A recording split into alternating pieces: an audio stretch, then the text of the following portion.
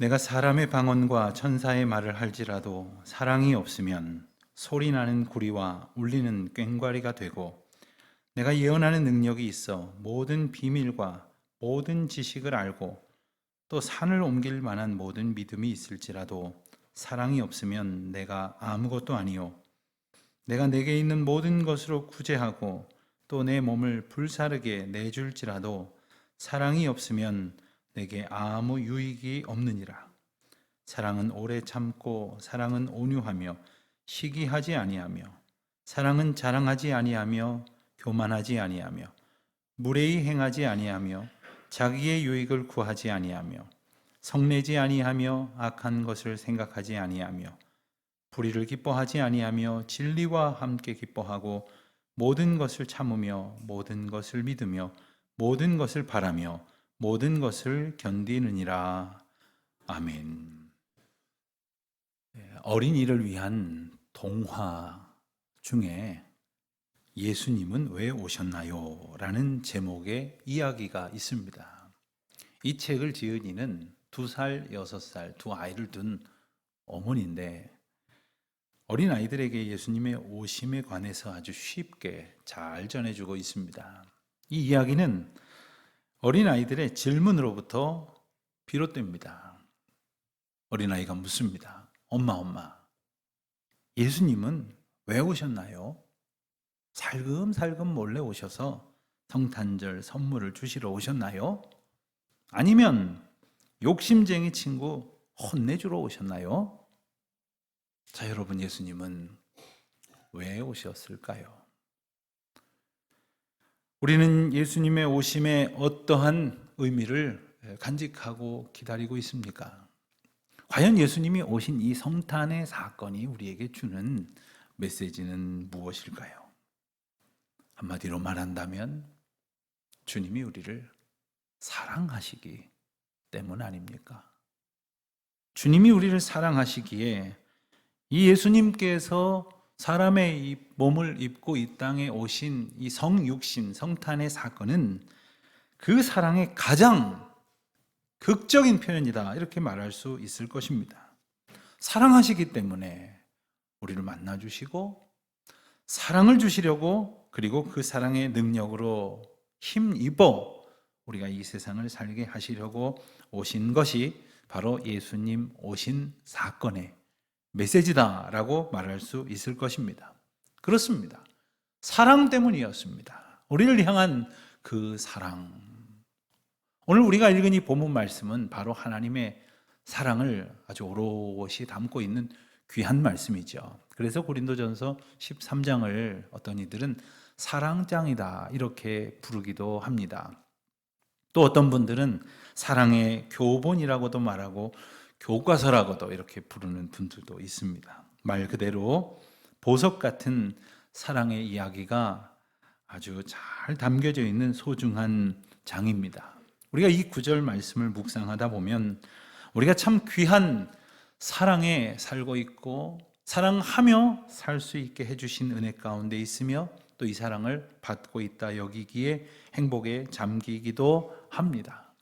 그런데 오늘 본문 말씀을 보면서 우리가 한 가지 생각해 봐야 할 것이 있습니다. 그것은 바울이 왜 고린도 교회에 보내는 편지 가운데에 사랑에 관한 이야기를 담고 있었을까? 그리고 이 13장 말씀은 뭐 당연한 이야기겠지만 12장과 14장 사이에 놓여 있는데 12장과 14장에서는 은사에 대한 이야기를 하고 있거든요. 왜 그 은사의 이야기들 가운데에 사랑의 이야기를 담아 두었을까 하는 생각을 해보아야 할 것이겠습니다. 그것은 바로 고린도 교회에 은사에 관한 문제가 있었고 바울은 이 은사에 대해서 답을 하는 그 내용 가운데에 이 13장이 포함되어져 있다는 것이죠. 고린도 교인들은 하나님께로부터 큰 은사를 많이 받았습니다. 그런데 문제는 그 은사가 왜 주어졌는지, 그리고 그 은사들은 어떤 의미가 있는지, 어떤 은사가 더 크고 소중한 은사인지를 정확하게 알지 못했기 때문에 그들은 이 은사의 문제로 논란하고 또 다투기도 했습니다. 그래서 이 소식을 들은 바울은 고린도 전서를 기록하면서 12장, 13장, 14장 석 장이나 많은 부분을 할애해서 이 은사에 대해 언급을 한 겁니다. 먼저 12장 앞부분이 되는 4절부터 11절까지에서 바울은 은사에 대해서 이렇게 아주 중요한 의미를 가르쳐 줍니다. 은사는 여러 가지나 성령은 같고 직분은 여러 가지나 주는 같으며 또 사역은 여러 가지나 모든 것을 모든 사람 가운데에서 이루시는 하나님은 같으니 각 사람에게 성령을 나타내심은 유익하게 하려 하심이라. 어떤 사람에게는 성령으로 말미암아 지혜의 말씀을, 어떤 사람에게는 같은 성령을 따라 지식의 말씀을, 다른 사람에게는 같은 성령으로 믿음을, 어떤 사람에게는 한 성령으로 병 고치는 은사를, 어떤 사람에게는 능력 행함을, 어떤 사람에게는 예언함을, 어떤 사람에게는 영들 분별함을, 다른 사람들에게는 각종 방언 말함을, 어떤 사람에게는 방언들 통역함을 주시나니 이 모든 일은 같은 한 성령이 행하사 그의 뜻대로 각 사람에게 나누어 주시는 것이니라. 이렇게 은사에 대해서 잘 알기 쉽게 설명을 해 주었습니다. 이 구절을 읽다 보니까 고린도 교회에 은사에 관한 어떠한 논쟁이 있었는지를 우리는 조금 짐작을 할 수 있을 것 같습니다. 우선 은사를 받긴 받았는데 이것을 신비롭게 여긴 나머지 신령한 것으로 여기되 그 중에 어떤 것은 더 귀한 것으로 생각했고 또 어떤 것은 덜 귀하게 여겼던 모양입니다. 그렇지만 무엇보다도 모든 성도들이 다 이 은사 받기를 바랬던 마음이 있었음을 우리는 짐작하게 됩니다. 그래서 바울은 명확하게 일러주고 있는 것입니다. 모든 은사는 주님이 주신 것이고 주님의 뜻에 따라 이 은사를 주시되 은사를 받은 이들은 합력하여 선을 이루고 공동체를 덕스럽게 해야 한다고 일깨워 주시면서 한 몸에 붙어있는 많은 지체의 비유로 그 협력의 의미를 설명해 주시기도 했습니다. 그리고 나서 12장 제일 마지막 절인 31절에서 이렇게 말씀하십니다. 더욱 큰 은사를 사모하라. 내가 또한 가장 좋은 길을 너희에게 보이리라 하시면서 오늘 우리가 본문에서 읽은 대로 사랑의 이야기를 풀어주시기 시작한 겁니다. 그렇습니다. 무엇보다도 우리가 이제 생각할 수 있는 것은 가장 큰 은사는 바로 사랑이다 하는 거예요. 그런데 이것은 은사의 어떤 단지 크기를 말하는 것이 아닙니다. 크고 적음을 의미하는 것이 아니라 어떤 은사가 가장 중요한 은사인지를 일러주시는 것입니다. 사랑이 가장 소중하고 가장 귀한 은사라 하는 이유는 이것이 하나님께서 가장 원하시는 바이며 또한 하나님 자신을 나타내시는 것이기 때문에 그렇습니다. 물론 하나님 알지 못하는 사람들도 사랑의 감정이 있다고 말합니다. 부모로서 자녀를 사랑하고 또 친구들이 사랑을 나누고 또한 남녀간의 불같은 사랑도 있습니다마는 그런 것들은 하나님을 아는 사랑, 하나님이 주신 사랑, 하나님이 그 인격 안에 거함으로 인하여 그에게서 나타나는 사랑과는 비교할 수가 없는 것입니다.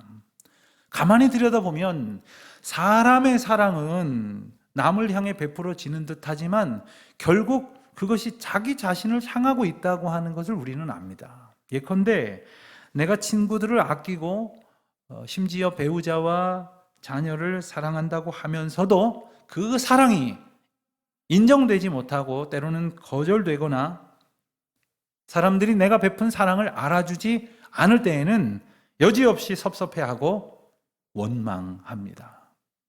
결국 세상에서 말하는 사랑의 목적은 나 자신의 만족에 있다는 거예요. 나의 욕망을 충족시키는 것에 있기에 이 자기 만족이라고 하는 우상이 깨뜨려지기 위해서는 진정한 사랑의 의미를 아는 길밖에 없다는 것이에요. 그래서 오늘 본문은 우리 주님께서 은혜로 우리에게 그 사랑의 의미를 일깨워 주시는 것임을 알게 되는 것이죠. 그렇지만 하나님은 본문을 통해 단지 사랑이 무엇인지, 사랑의 방법이 무엇인지만을 말씀하시려는 것이 아니라 우리가 어떻게 사랑의 삶을 살 수 있는가를 말씀하시는 거예요. 왜냐하면 하나님 없이는 우리가 결코 사랑의 삶을 살 수 없기 때문이고, 이것을 아는 열쇠는 바로 요한일서 4장 8절 말씀을 우리가 기억하는 것에서부터 출발하기 때문입니다. 요한일서 4장 8절은 이렇게 선포합니다. 사랑하지 아니하는 자는 하나님을 알지 못하나니 이는 하나님은 사랑이심이라. 그렇습니다. 하나님이 사랑이시라고 하는 것을 깨달을 때 우리가 사랑을 아는 거고요. 그리고 비로소 온전한 사랑을 할 수 있다 하는 것이겠죠. 그 사랑에 하나님께서 인간의 몸을 입고 오신 것이 성탄입니다. 그 사랑으로 오신 예수 그리스도가 바로 우리에게 향하신 하나님의 사랑입니다. 그렇기에 예수님을 만나지 않으면 결코 우리는 사랑을 알 수도 없고 아무 소용도 없는 것이지요. 하나님께 얻지 아니하면은 결코 사랑의 삶을 살 수 없다는 겁니다. 그래서 주님은 사랑을 선물로 주셨어요. 은사로 주셨습니다. 그런데 은사는 자기가 노력한다고 얻을 수 있는 게 아닙니다. 공부한다고 자격증처럼 이렇게 획득하는 것도 아닙니다. 전적인 하나님의 은혜로 주어지는 거예요. 그렇기 때문에 이 은사는 자신의 자랑이 될 수도 없는 것이지요. 오직 성령 하나님께서 우리에게 주시는 은혜, 그리고 전적인 선물, 그리고 그 전적인 선물로 예수 그리스도를 보내주신 겁니다. 고린도 교회에는 여러 가지 능력을 갖고 그 능력을 남들에게 보이는 사람들이 있었던 모양이에요. 그래서 우리가 읽은 13장 1절로 2절 말씀에 보면 어떤 사람은 은사를 받아서 사람의 방언과 천사의 말을 하고 있었는지도 모르겠습니다. 그뿐 아니라 하나님이 맡겨주신 귀한 복음의 비밀을 선포하는 능력이 있어서 인생들이 쉽게 깨달을 수 없는 하나님 나라의 비밀을 증거한다고 해도 사랑이 없으면 아무 소용이 없다고 선포하고 계세요. 심지어 산을 옮길 만한 믿음이 있어요. 여러분, 산을 옮길 만한 믿음 놀랍지 않습니까? 그 정도는 다 있으신가요? 놀라지 않으시는 걸 보니까. 산을 옮길 만한 믿음이 있어서 모든 사람들이 감탄하고 그를 추종한다고 해도 사랑이 없으면, 그 하나님의 사랑으로 그의 삶이 채워져 있지 않으면 아무 유익도 없고 소용도 없고 의미도 없다는 말씀이에요. 3절 말씀에 보면 또 다른 예로 드는 말씀이 있습니다. 내게 있는 모든 것으로 구제하여. 여러분, 내가 가지고 있는 것 중에서 쌀 한두 가마 이렇게 누구 나누어 주었다는 얘기가 아닙니다. 내게 있는 모든 것으로 구제한다고 해도 말이죠. 또 뭐라고 말씀하십니까? 심지어 내 몸을 불사르게 내줄지라도 사랑이 없으면 아무 유익이 없느니라.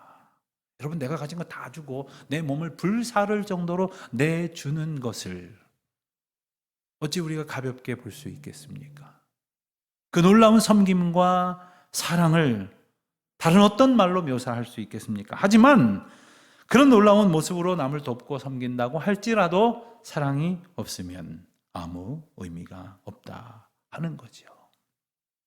이 말씀 오늘 우리식으로 본다면 이렇게 이해할 수 있을 겁니다. 말씀을 전하고 하나님 아는 지식을 선포해서 정말 능력이 나타나고 또 누구도 흉내낼 수 없는 정성으로 사람들을 섬기고 봉사하고 자기에게 주어진 것들을 다 나눈다고 해도 그 가운데에 사랑이 없으면 아무 소용이 없다는 거죠. 만일 이 땅에 많은 성도들이 정말 저마다 애쓰고 수고하였다 하지만 사랑이 없다면 그동안 애쓰고 섬긴 모든 일이 정말로 아무 소용이 없다는 얘기 아닙니까? 깊이 생각해 볼 문제가 아닐 수 없는 겁니다. 우리 그리스도인들이야말로 사랑 이야기를 얼마나 많이 합니까? 하지만 곰곰이 생각해 보면 사랑한다고 말은 했는데, 사랑하는 줄로 생각을 했는데 정말 사랑하며 살았는가? 나라와 민족을 사랑한다고 기도하자고 했는데 정말 사랑하고 있었는가? 교회를 사랑한다고 말했는데 정말 우리는 교회를 사랑했는가? 과연 사랑하도록 곁에 허락하여 주신 주님의 백성들을 성령님 인도하시는 대로 진정 사랑하고 있었는가? 만일 우리가 이 질문 앞에 저는 사랑했습니다 라고 대답한다면 그나마 다행일런지 모르지만, 그렇지 못한다면 우리는 어떻게 하면 좋겠습니까?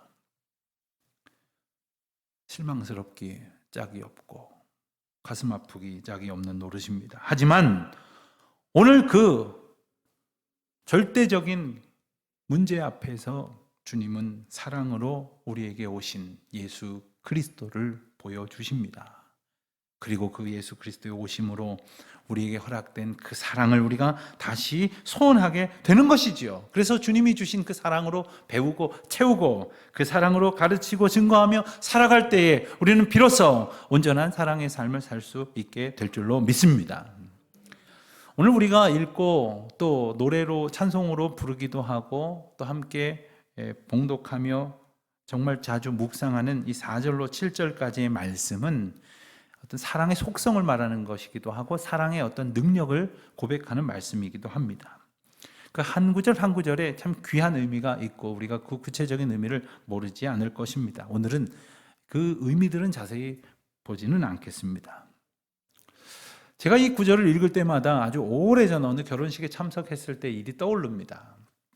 그때 주례하던 목사님께서 신랑 신부에게 이 본문을 가지고 권면하시다가 4절로부터 7절까지 나와 있는 말씀에 사랑이라는 단어를 자기 자신의 이름이나 혹은 나라는 표현으로 바꾸어서 읽어보라고 주문하셨어요. 그리고 하객들에게도 같이 해보라고 권하셨습니다. 그래서 저도 해봤죠. 이렇게 되더라고요. 나는 오래 참고 나는 온유하며 나는 시기하지 아니하며 나는 자랑하지 아니하며 나는 교만하지 아니하며 무례히 행하지 아니하며 나는 나의 유익을 구하지 아니하며 성내지 아니하며 나는 악한 것을 생각하지 아니하며 불의를 기뻐하지 아니하며 나는 진리와 함께 기뻐하고 모든 것을 참으며 모든 것을 믿으며 모든 것을 바라며 모든 것을 견디느니라.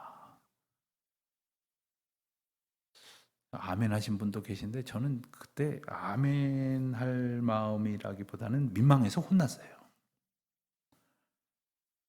나는 오래 참지도 못했고 온유하지도 않은 것 같고 나는 이 사랑의 속성과 도무지 가깝지 않은 삶을 살고 있다는 생각을 하게 되어서 이렇게 사랑할 수 있을까 하는 그러한 걱정이 더 앞섰던 것이 제 기억이었습니다.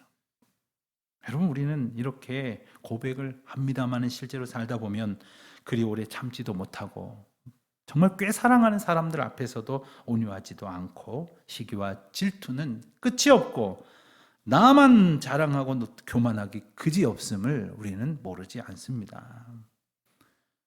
사랑한다고 말은 했지만 무례해서 상대방의 마음을 상하게 하기 일쑤고 내 만족, 내 자존심, 내 유익이 언제나 먼저였으며 내 기분에 상하면 성내고 악한 생각마저 품기도 하지 않았습니까? 자, 과연 인생은 참된 사랑을 하고 있는가? 아니, 성경이 일러주시는 온전한 사랑을 과연 할 수는 있는 것일까? 여러분, 바울이 이 이야기를 은사를 이야기하는 과정 가운데에 넣어두었다는 것을 잊지 마십시오. 우리가 하겠다고 해서 될 문제가 아니라는 뜻이에요. 자, 노력해 봅시다 한다고 우리가 사랑이 가득한 삶을 살 수 있다는 것이 아님을 일러주시려고 은사를 말씀하시는 중에 이 사랑의 이야기를 담아 주신 것입니다. 즉 하나님께서 주시는 은사를 얻지 않고는 결코 사랑으로 살아갈 수 없다는 거죠. 여러분, 우리 신앙생활을 잘한다고 하는 말은 무슨 뜻일까요? 그저 봉사 많이 하고 중요한 직분을 맡아서 교회에서 사람들에게 인정받고 손꼽히는 그러한 직분자가 되는 것이 신앙생활을 잘하는 것일까요? 헌금 많이 해서 교회 재정에 기여하면 신앙생활 잘하는 겁니까? 복음서를 보면 어느 날 한 서기관이 예수님을 찾아와서 이렇게 묻습니다. 예수님, 모든 계명 중에 으뜸이 되는 것이 무엇입니까? 했더니 예수님은 대답을 하시기를 주 너의 하나님을 사랑하라. 그리고 내 이웃을 내 몸과 같이 사랑하라. 이렇게 말씀을 하셨어요. 하나님 사랑하고 이웃 사랑해라. 그런데 하나님 사랑하고 이웃 사랑하라는 말씀은 알겠는데 그것은 어떤 방향이니까 그 대상을 사랑하려고 하면 되겠는데 문제는 우리가 사랑할 수 있는 존재가 아니라는 거예요. 사랑의 능력이 우리 가운데 없다는 거예요. 특별히 오늘 본문을 읽고 또 읽어도 정말 우리는 오래 참지 못하고 온유하지도 않고 본문 말씀이 일러주는 그 사랑의 속성이라고는 한 가지도 제대로 갖추지 못하고 있다는 사실을 절감하지 않을 수 없습니다. 그렇기 때문에 오늘 본문은 사도 바울이 우리 인생들에게 이렇게 사랑하라고 가르쳐주는 것이 아니라는 사실을 우리는 깨달아야 합니다. 그럼 뭡니까? 바로 이 사랑은 우리가 채워야 할 우리의 덕목이 아니라 예수 그리스도시라는 사실을 가르쳐 주시는 것이에요. 그 사랑에 나가 아니라 예수 그리스도의 이름을 넣어서 읽어보면 이제 딱 들어맞는 거예요. 그리스도께서 우리를 참아주셨고 그리스도께서는 온유하셨고 그리스도께서는 그 모든 사랑으로 우리를 기다리시고 지켜주시고 참아주시고 모든 것을 우리 가운데의 소망으로 주셨다고 하는 것을 비로소 알게 되는 것이죠. 그렇습니다. 사랑은 예수님의 것입니다. 사랑은 예수님이십니다.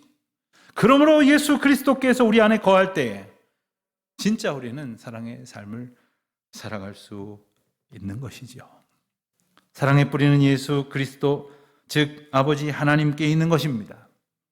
사랑이신 하나님께서 세상을 창조하시고 사실 사람들을 지으셨을 때 그 하나님의 거룩한 성품을 우리 가운데에 넣어주셨어요. 그래서 우리가 하나님을 찬양할 수도 있고 하나님을 느낄 수도 있고 하나님의 말씀을 깨우쳐 갈 수도 있었던 거죠. 그러나 우리의 죄 때문에 우리의 허물 때문에 우리는 그 사랑의 능력을 잃어버렸고 마침내 사랑 없는 것과 다름없는 삶을 살고 말았습니다. 그렇게 주님께서는 그 사랑을 회복시켜 주시려고 그 사랑으로 우리를 온전케 하시려고 그 사랑으로 하나님을 바로 사랑하고 이웃을 바로 사랑할 수 있도록 하시기 위해서 그리스도를 보내주셨으니 이번 성탄절은 이번 대림절은 그 예수님을 어느 때보다도 소중하게 만나는 귀한 시간들이 되시기를 주님의 이름으로 축원드립니다.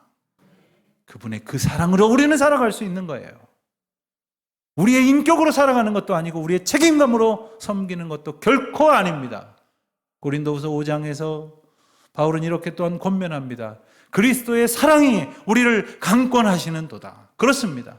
그리스도의 사랑이 우리를 이끄시는 거예요.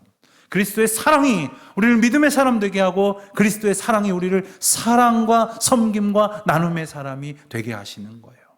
그리스도의 사랑이 우리로 하여금 하나님을 사랑하게 하시는 것이고 그리스도의 사랑이 우리로 하여금 교회를 사랑하게 하시고 성도를 사랑하게 하시고 세상을 섬기게 하시는 것입니다.